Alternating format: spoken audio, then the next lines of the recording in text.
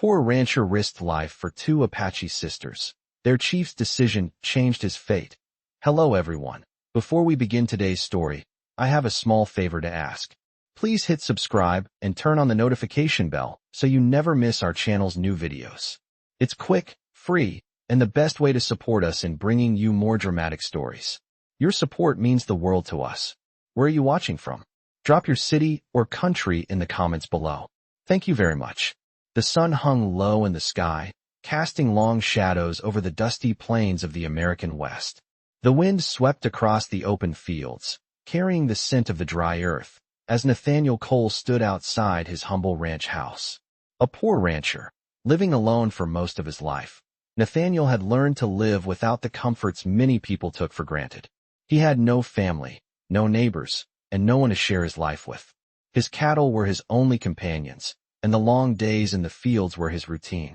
His ranch was small, and the land was tough, but Nathaniel had built a simple life for himself, far removed from the hustle and bustle of the growing settlements nearby. But that peace was about to be shattered. On one quiet afternoon, as Nathaniel worked to mend a broken fence, he noticed movement on the horizon. It was hard to make out the figures from a distance, but they were headed straight toward his ranch. As they drew closer, Nathaniel's heart sank. Two women, walking slowly across the dusty land, their heads down, their bodies covered in ragged clothing. They appeared to be Native American, their faces etched with exhaustion. It was rare to see people, let alone strangers, in this desolate area, and Nathaniel felt a strange unease. The women were limping, their movements slow and deliberate. The younger one, whose eyes were filled with fear, had a torn dress and a deep gash on her leg. The older woman, whose face was hardened by years of hardship, supported her with a strong but worn arm. They seemed to be fleeing something, perhaps danger, perhaps survival. As they reached Nathaniel's ranch, they collapsed near the fence where he had been working, their exhaustion evident in every breath. Nathaniel hesitated, unsure whether he should approach them. He had learned to keep to himself, to avoid getting involved in others' problems. But something in their eyes stopped him. They were desperate, and in their eyes, Nathaniel saw something that struck him to his core: hope. They looked to him, not for a fight or a confrontation, but for help. Nathaniel stood still for a moment, weighing his options. He could easily turn his back, return to his work, and pretend he had never seen them. But the thought of leaving them to suffer alone gnawed at him. Against his better judgment, he walked over to them.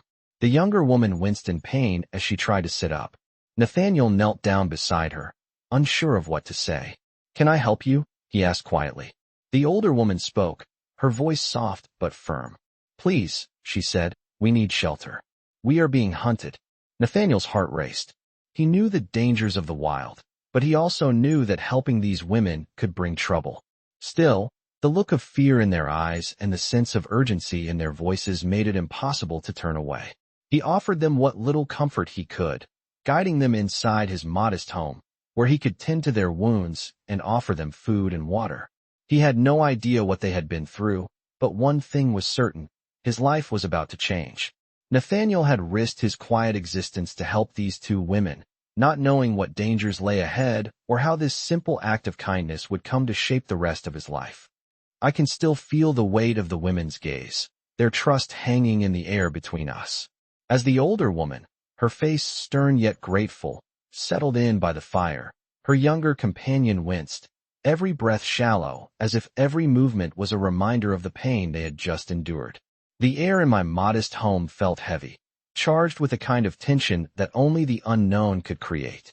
They were here, but how long could they stay? What would happen next? These thoughts circled in my mind, but I tried not to let the fear show. I had made my choice, and now I had to live with it. The quiet of the evening was broken only by the crackle of the fire. I moved to the table, setting down some bread and the little bit of stew I had prepared. The younger woman looked up at me, her eyes filled with gratitude, but also an unspoken question.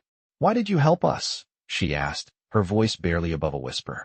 It wasn't the first time I had been asked that today. I hesitated before answering, unsure of how to put it into words. "I guess it's just what anyone would do," I said, shrugging, trying to brush off the significance of my actions. She studied me for a moment, her eyes searching, as if weighing the sincerity of my words. The older woman spoke next, her voice low but firm. "We have no choice but to trust you now," she said, and I could see the weight of the words in her eyes. She wasn't just talking about the shelter I had given them. She was talking about something deeper, something that would require more than just shelter and food. "We're being hunted," she continued, her voice steady, though there was a sadness to it. "And if they find us, it won't just be our lives they take." I nodded, understanding now that this wasn't just a simple case of helping a pair of travelers. These women, these Apache sisters, were in real danger. The thought of a threat that could endanger them, and perhaps me too, settled heavily in my chest. "Who's hunting you?" I asked, though I feared I already knew the answer. She looked at her sister, a brief exchange of silent words passing between them before she spoke again. "Men from the settlement. They don't like our kind," she said, her voice hardening. I could feel the tension between us rising. These women were from the Apache tribe, and if the settlers knew they were here, there was no telling what would happen. "What do you need from me?" I asked, already knowing that my quiet life was now at risk. The older woman paused, considering her next words carefully. "We need to leave. We need to get to the mountains, where we can find refuge," she said. "But we can't go alone. The path is dangerous. We'll need your help." I stared at her for a long moment, trying to digest the enormity of what she was asking. It was one thing to help them in my home, to offer food and shelter, but it was another to risk my life on the road. Still, something inside me told me I had no choice. I had already chosen to help. Turning back now seemed impossible. "I'll help," I said quietly, though I wasn't sure what kind of trouble I was walking into. "But you should know, this could mean danger for me too. If they come looking for you, they'll come for me as well." She nodded solemnly, understanding the weight of my words. "We don't want to put you in danger, but we have no other choice. Please help us." The fire crackled again, and I felt a cold shiver run through me, as if the night itself was holding its breath, waiting for what would come next. The decision had been made. There was no going back. As the days passed, we prepared to leave, gathering supplies, and making sure the ranch was secure. But even as I worked, I couldn't shake the feeling that we were being watched, that the danger was closer than we thought. I had made a promise to these women, but now, I wasn't sure if I could keep it. As I loaded the last of the provisions onto the cart, I turned to the women, who were standing silently by the door. The older woman gave me a nod, a silent thanks for the help I had given them. "We leave at first light," she said, and I knew that everything was about to change. Tomorrow, we would leave. The quiet life I had known would be left behind, and the road ahead would be filled with uncertainty. I didn't know what dangers awaited us, but one thing was clear. This was only the beginning of a story I could never have imagined. I woke up before the first light, the soft glow of dawn creeping across the horizon. It felt like the world was holding its breath, waiting for what was about to come. The women had already risen and were packing the last of their belongings, readying themselves for the journey ahead. My heart was heavy with the weight of what we were about to undertake.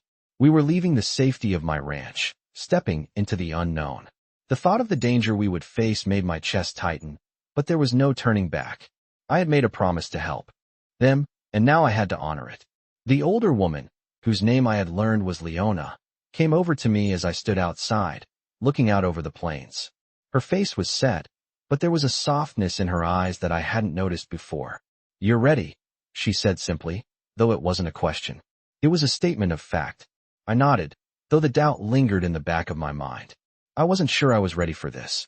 The road ahead would be treacherous, and we had no idea what we would encounter. "We'll move quickly," Leona continued. "Stay low, avoid the trails, and keep the fires to a minimum."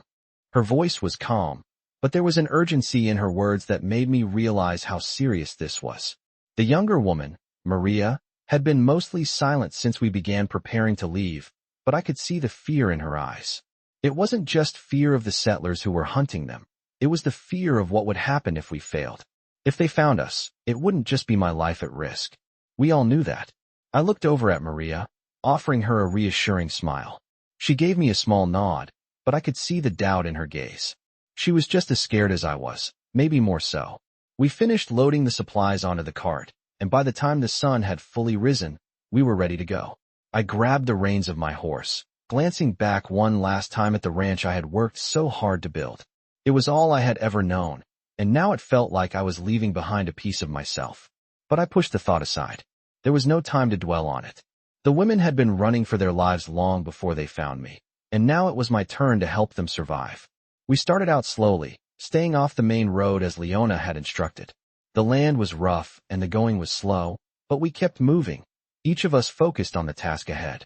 The air was crisp, the cold still lingering from the night before, but it was a relief to feel the wind on my face, to know that I was no longer trapped by the walls of my own fears. For the first few hours, there was no sign of pursuit. But the silence felt wrong, like the calm before a storm. As we moved deeper into the hills, the terrain grew more rugged, the path more treacherous. The cart rattled over the uneven ground, and the horses struggled to keep up. I could hear the sound of our footsteps echoing in the distance, but it was the sounds of the world around us that made me uneasy. Every rustle of leaves, every snap of a twig, had me on edge. We weren't alone. The thought lingered in my mind as we made our way through the dense brush, trying to keep out of sight. Leona kept her eyes on the horizon, always scanning for danger, while Maria stayed close to her, her hand clutching the edge of her cloak. We had to make it through the night. There was no way we could continue on during the day. If we were spotted, we would be easy targets. But the night brought its own dangers. The cold grew sharper, and the darkness closed in on us, making it harder to see. We made camp just before nightfall, hidden deep in a small valley surrounded by thick trees. I built a small fire, keeping it low to avoid detection. Leona insisted we take turns keeping watch. The first night felt endless. The shadows seemed to stretch forever, and the sound of the wind through the trees only added to the tension. I kept thinking about what was at stake. Not just my life, but theirs as well. I had made a choice when I helped them, but that choice was quickly becoming more complicated. As the fire crackled softly, I couldn't help but wonder how long we could keep running. How much longer could I protect them before the danger caught up to us? And more than that, I wondered what would happen if we failed. Would I ever be able to return to my quiet life on the ranch? The answer, I realized, was that there was no going back. This journey was already changing me, and it was only just beginning. I awoke the next morning with the sun barely cresting the horizon, casting a pale glow across the valley. The fire we had kept low the night before was now just a collection of smoldering embers. The air was cold, biting at my skin, and the world around us felt impossibly quiet. We had made it through the night, but I could sense the danger still lurking just beyond the trees.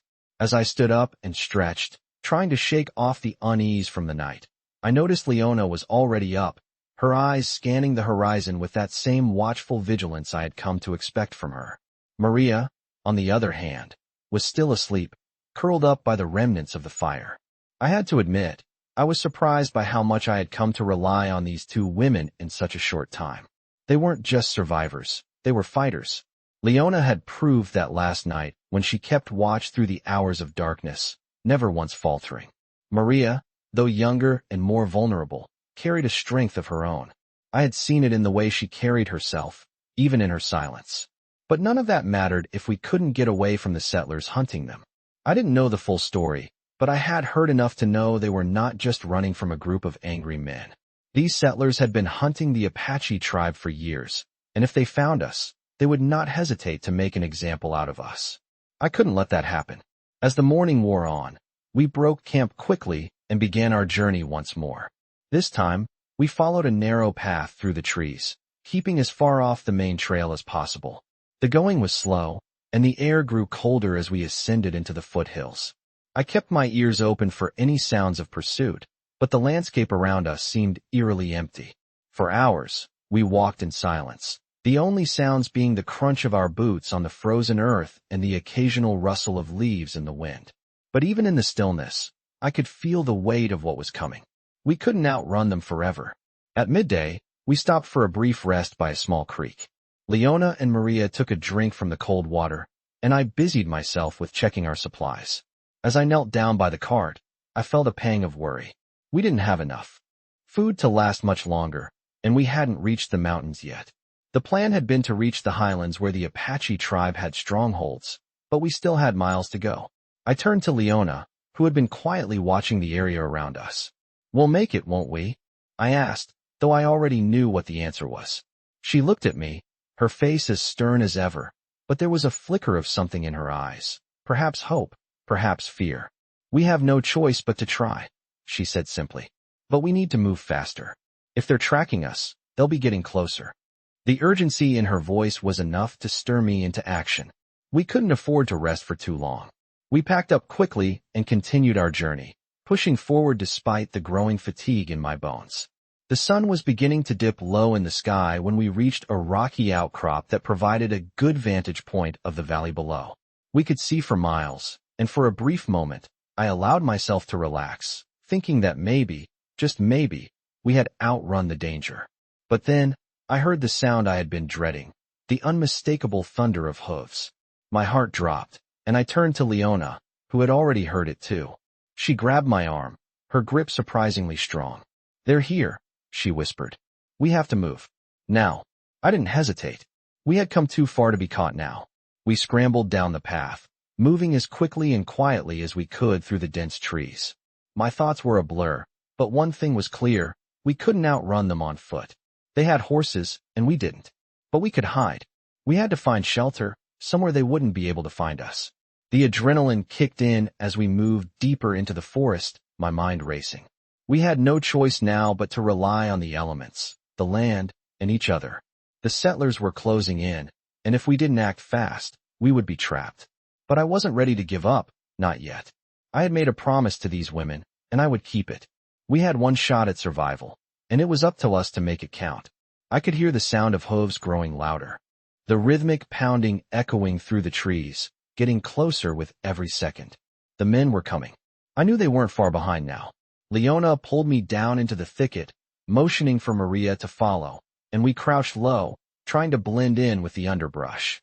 My heart raced in my chest, each beat seeming louder than the last. The only thing that mattered now was staying hidden. I glanced over at Leona, who was staring intently at the clearing below, her face expressionless but her eyes sharp, calculating every movement. She was the one keeping us alive. Maria huddled beside me, her small body trembling from both the cold and the fear. I couldn't help but feel for her. She was so young, caught in this world of violence and survival. She had never asked for any of this. I placed a reassuring hand on her shoulder, and she looked up at me, her wide eyes filled with both fear and determination. "We'll be all right," I whispered, though I wasn't sure if I believed it myself. The sound of the hooves grew louder, closer. They were almost here. I could see the silhouettes of the riders now, cutting through the trees, their horses kicking up the dry leaves as they moved. The first of the riders appeared, his face shadowed by the brim of his hat. He was scanning the ground, searching for any sign of us. My breath caught in my throat as I realized how close they were. The leader, a tall man with a scar running across his cheek, was the first to dismount. He moved with the quiet confidence of a predator. "Spread out," he commanded in a low, gravelly voice. They can't have gone far. I could feel the panic rising in my chest, but I forced myself to stay calm. Leona, ever vigilant, looked over at me, giving a small nod. She was calculating. We weren't just hiding from them. We were waiting for the right moment to move. The riders fanned out across the area, their eyes scanning the trees. I could feel the tension building in the air, thick and suffocating. Each second felt like an eternity. If we made even the slightest sound, they would find us. But we couldn't stay here forever. Leona's sharp eyes darted to the left, then back to the clearing. Her hand gestured subtly for us to follow her lead. I took a deep breath, my heart pounding in my chest, and I nodded at Maria. Slowly, we began to move, crouching low and staying out of sight. We made our way toward the thickest part of the trees, where the underbrush was dense enough to hide us. My legs were starting to ache from the crouching, but I pushed through the pain. If we stayed still for too long, we were done for. As we moved through the trees, I could hear the riders calling out to each other, their voices growing fainter as we put more distance between us and them. But they weren't giving up. They were methodical, searching every inch of the land. It wasn't long before I heard one of the riders shout, "They're here." I found tracks. My stomach dropped. They were closing in again. We had to find cover, fast. Leona led us into a small ravine, hidden from sight by a thick tangle of branches and rocks. We huddled down low, pressing our bodies against the earth, trying to make ourselves as small as possible. My breathing felt too loud in the silence, but I dared not move. The riders were getting closer. Through the gaps in the branches, I could see them moving across the ravine, their horses picking their way over the uneven ground. They were right on top of us. I held my breath, praying they wouldn't see us. Then, I saw Leona's hand go up, signaling for us to stay still. I glanced to the side and saw the tall rider, the one with the scar, moving closer. He was just a few feet away now, his boots crunching against the dry leaves. My heart was in my throat. It felt like an eternity before he moved past us, his attention focused elsewhere. I let out a quiet breath, my body relaxing just slightly. But the danger wasn't over. We couldn't stay here much longer. The riders were starting to regroup, their search widening. We had to move. Leona's eyes met mine, and I could see the resolve in them. We would have to make a run for it. I nodded. We were ready. When the moment came, we moved swiftly, darting from cover to cover, staying low and quiet. The riders were still searching, their focus split between the clearing and the trail. We had a small window of opportunity. The ravine offered some protection, but the open land beyond was a different story. I felt the weight of the decision on me. If we ran now, we might be able to get a head start, but if we were caught in the open, we were finished. But there was no time to hesitate. We had to go. As I signaled for Leona and Maria to follow me, I felt the tension in my body ease just slightly. We were moving, together. And together, we might just survive. I could hear the hooves of the horses in the distance, the sound growing fainter as we pressed on through the thick trees. We were moving quickly now, not stopping to catch our breath, not even daring to look back. The night had fallen, and the world around us was cloaked in darkness. The only light came from the moon, barely visible through the canopy of leaves above us. The air was cold, the wind biting at our skin as we pushed through the brush, determined to put as much distance between us and the riders as we could. I could feel the weight of the decision on my shoulders. Every step felt heavier, knowing that the further we went, the less likely we were to find help. We had no destination in mind, just a desperate need to escape.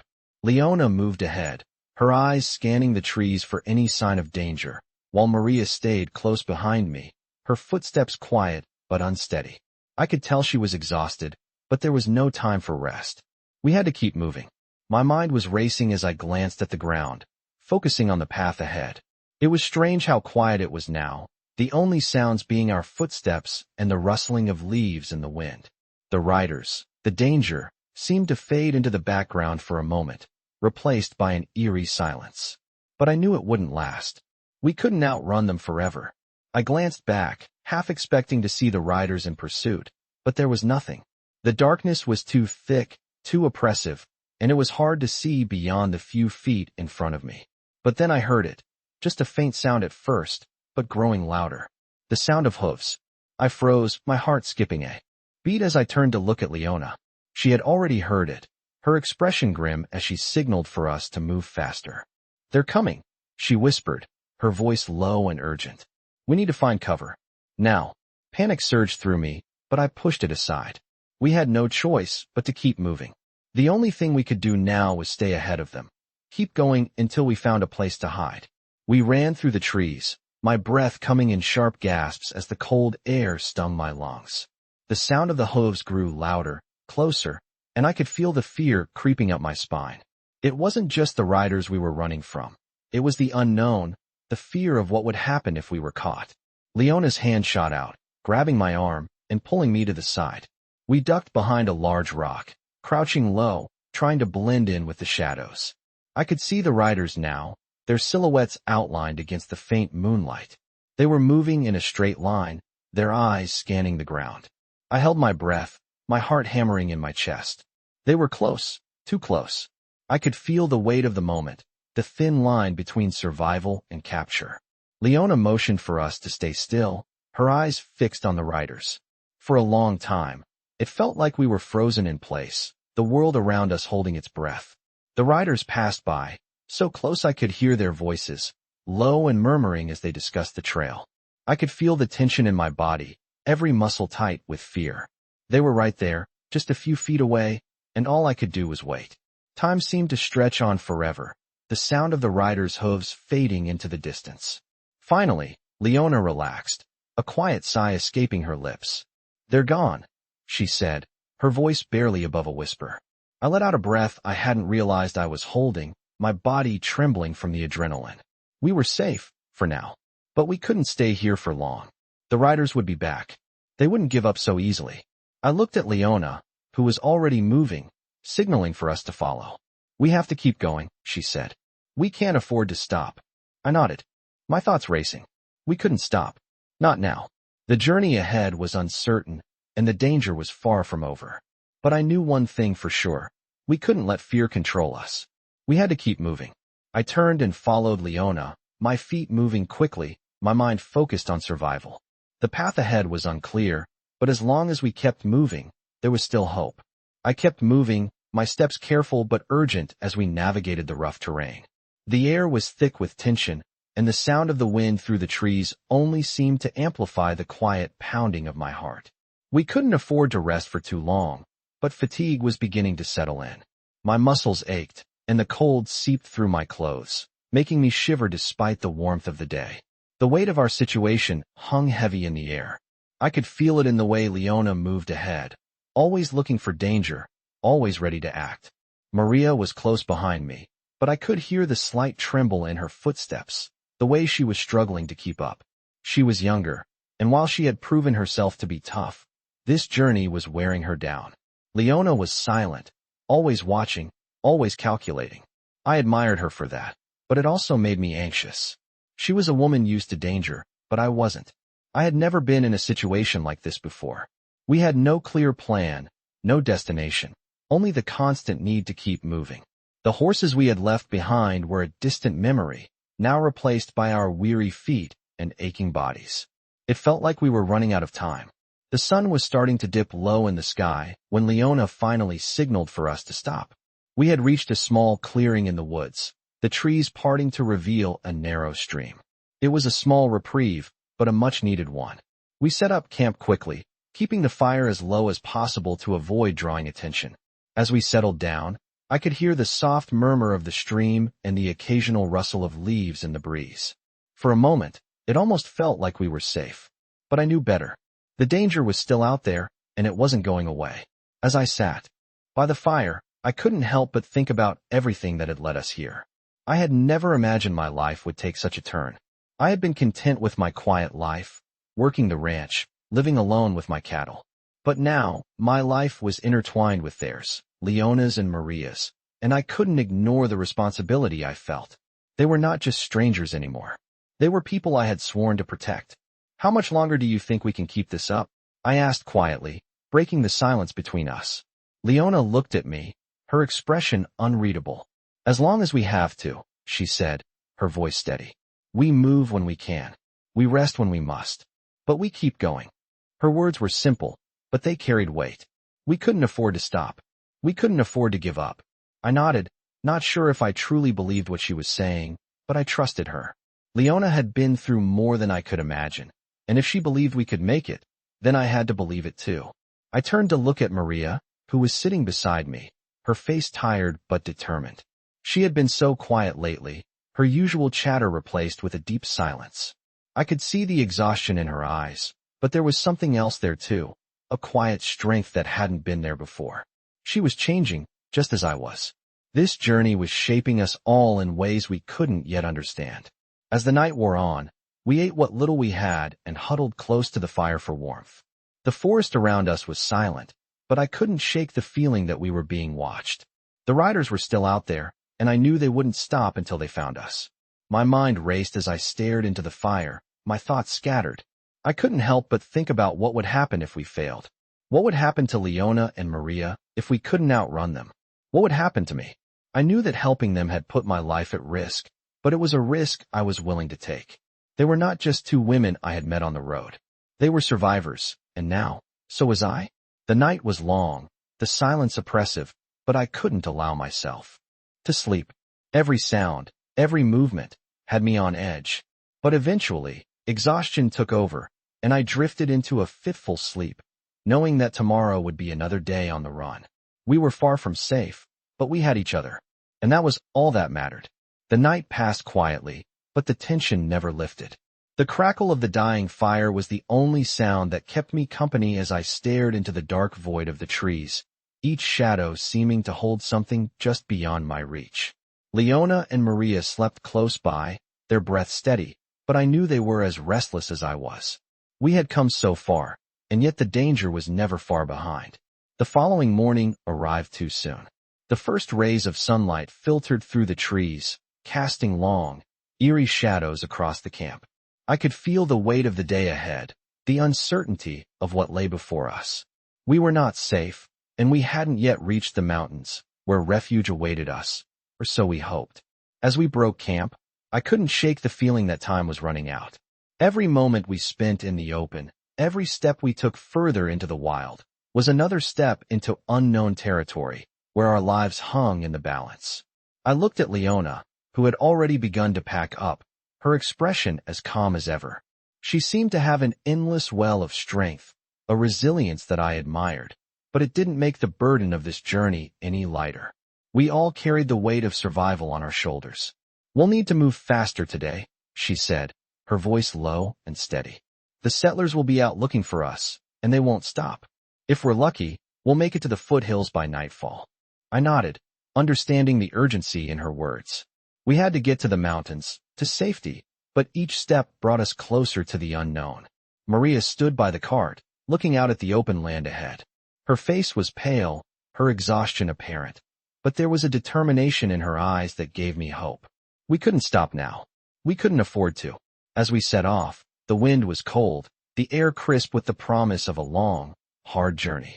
The path ahead was rough, and the trees thinned out as we moved forward. The terrain became more challenging, the ground uneven and rocky. It felt like the land itself was testing us, as if it was judging our will to survive. For hours, we pushed on, keeping our pace steady despite the obstacles. But with each mile, I could feel the exhaustion creeping up on us. We stopped only when we had to, and even then, it was brief. The silence around us was thick, as if the world itself was waiting, watching. The forest closed in again as we moved deeper into the hills, the trees growing taller and denser. I could feel the eyes of the land on us, and I kept scanning the horizon, half expecting to see the riders appear. I kept looking over my shoulder, waiting for the moment when we would be caught. But we pressed on. Leona's eyes never strayed from the path ahead, and Maria, despite her obvious fatigue, kept her steps steady. The further we went, the more desperate the situation became. We had no idea if the settlers were closing in or if we had truly outrun them. I tried not to think about it, but the fear lingered in the back of my mind, gnawing at me. Finally, as the sun began to set, we reached a small clearing by a stream. The relief of finding water was overwhelming, but it was also bittersweet. We were so close, but still so far from safety. Leona signaled for us to stop and rest. "We need to make camp here," she said. "We'll travel at night to avoid being seen." I didn't argue. My legs were sore, and my mind was racing. We couldn't risk staying out in the open for much longer. We had to rest, but we had to keep moving too. The night would offer us some cover, but it would also bring new dangers. After gathering some firewood, we set up camp, and Leona kept watch as Maria and I tried to rest. The night felt colder than before, the air sharp with the bite of winter. I could hear the distant sound of hooves again, but it was too far to be the riders. It was the sound of something else, perhaps an animal or the wind playing tricks on me, but it made my heart race all the same.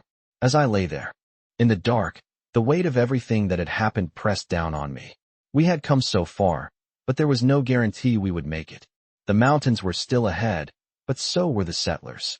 I closed my eyes, trying to silence the fear, trying to focus on the one thing that mattered. Keeping my promise to these women, no matter what it took. The road ahead was long, and we couldn't afford to stop. We would keep moving, one step at a time, toward whatever future awaited us in the unknown. The cold wind of the night carried with it a strange sense of finality as we moved deeper into the mountains. The forest around us was dark, and the shadows of the trees seemed to stretch endlessly, hiding the world beyond. We had made it through the day, through the long hours of walking, but we were still far from safety. The settlers were still out there, hunting us like prey. My heart was heavy with the weight of the decision I had made to help them, but now it felt like a choice I might regret.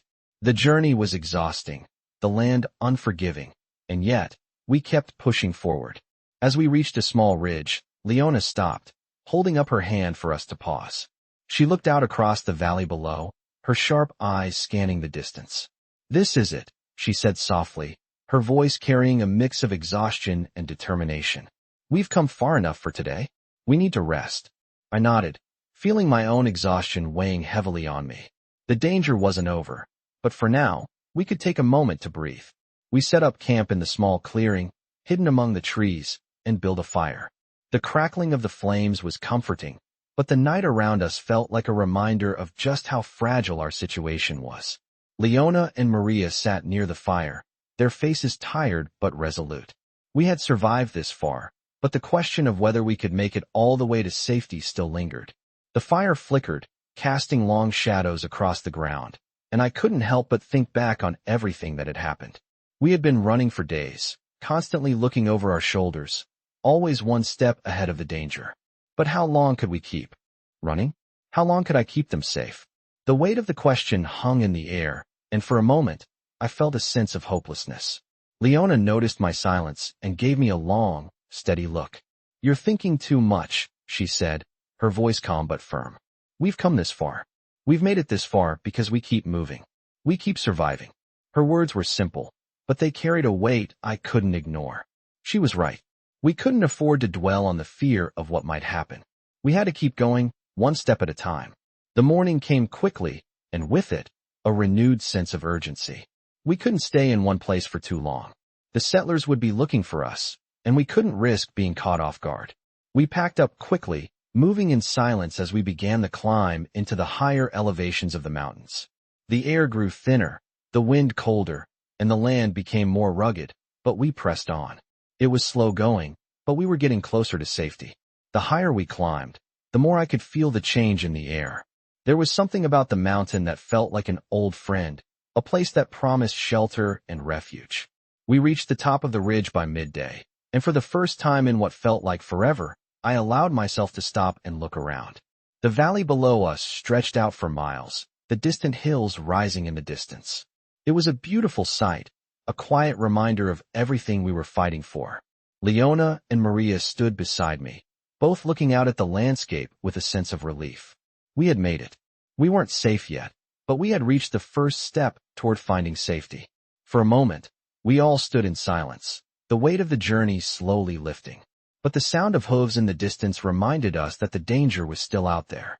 The settlers were close, and they wouldn't stop until they had found us. We had no time to waste. Leona turned to me, her face set with determination. "We have to keep moving," she said. "We're not done yet, but we're closer than we've ever been." I nodded, my heart steadying. We weren't done yet, but we had come this far, and together, we would survive. We started the descent down into the valley, our pace quickening. The land was familiar now, the path ahead clearer. We knew the way, and though the threat of the settlers still loomed, I felt a sense of resolve wash over me. We would make it. We had no other choice. And as we moved forward, I knew that the promise I had made to protect them would be kept. The road ahead was still uncertain, but we were no longer just running. We were fighting, and we were ready for whatever came next.